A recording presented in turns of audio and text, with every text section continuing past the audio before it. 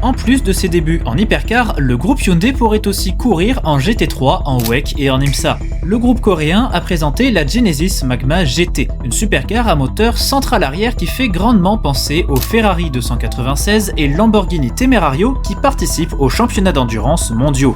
Pour l'heure, cette Magma GT n'est qu'un concept car, tout juste révélé par la marque, mais le groupe Hyundai avait annoncé en septembre vouloir se lancer en GT dans un avenir plus ou moins proche. Un début de production d'ici 2028 est évoqué en interne et cette Magma GT pourrait être équipée du V8 3 litres de biturbo hybride utilisé par l'hypercar du groupe car oui, l'année prochaine, Genesis débarque en WEC avec une hypercar, la GMR 001, avec l'objectif de faire découvrir la marque auprès du grand public. Créée il y a 10 ans et présente en France depuis le début de l'année, Genesis propose aujourd'hui une gamme électrique et thermique complète avec des versions premium des Kia et Hyundai à l'image de Cupra avec Seat. En plus de ces modèles premium, Genesis va proposer des autos plus sportives avec la gamme Magma à l'image des BMW M, Mercedes AMG et Toyota GR. Cette gamme est aujourd'hui inaugurée par des concept cars tels que la Magma GT ou encore le G90 Winback, mais aussi le SUV électrique Magma GV60 et ses 650 chevaux attendus pour 2026 en concession.